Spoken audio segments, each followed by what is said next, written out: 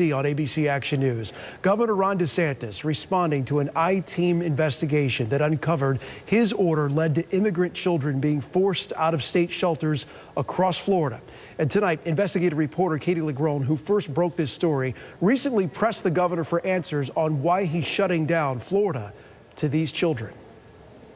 So today, during a recent roundtable in Tampa on first responders and mental health, Governor DeSantis, we asked Florida Governor Ron DeSantis about migrant children and his order aimed at relocating them out of Florida. Unaccompanied children are being forced out of shelters here in Florida because DCF is not renewing their license. This appears to be in direct response to your executive order that directed them not to renew the licenses of these providers that service specifically unaccompanied children.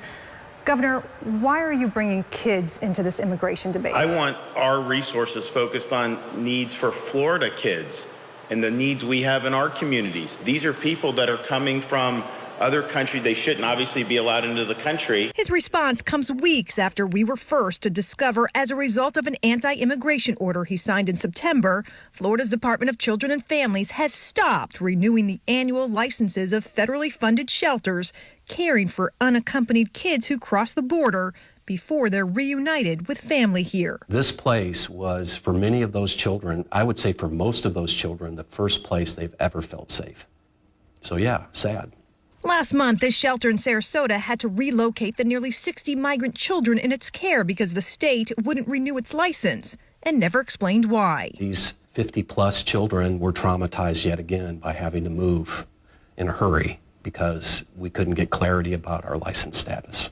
Lutheran Services, which opened the shelter after a request from the Trump administration, now asking a judge to make DCF give them some answers. Secretary Harris. DCF and its boss. Secretary, are you not going to renew any of these licenses? Also giving us the silent treatment when we ask questions about it. children should not be political pawns. I just can't imagine how this decision could be made, knowing that kids can't speak for themselves. But despite calls from lawmakers and child advocates asking the governor to reverse this order and allow DCF to relicense these nonprofit shelters, We want all those resources focused on Florida kids and American kids. the governor appeared committed to upholding his new policy. We don't want to be the place where those kids are being put to the back of the line because Biden is airlifting people in from the southern border. These are shelters that are federally I've funded. answered your question. Thanks.